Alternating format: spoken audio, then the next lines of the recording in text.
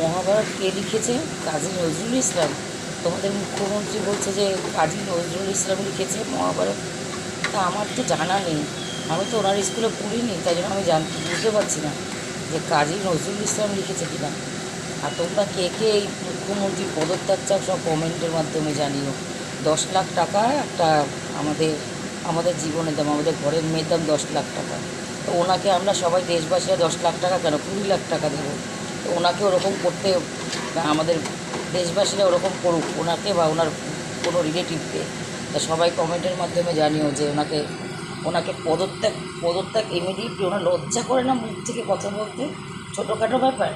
উনি এটা মুখ্যমন্ত্রী, আমি তো মূর্খমন্ত্রী বলি, মূর্খমন্ত্রী। তা তোমরা সবাই জানিও মুখ্যমন্ত্রীকে কে কে মুখ্যমন্ত্রী বলে। ও মূর্খ, বলছি মূর্খ। ও কিচ্ছু জানে না, ও কিচ্ছু জানে না, ওর মা বাবা কিচ্ছু নেই, কিচ্ছু নেই। ও কীভাবে যে মন্ত্রী হলো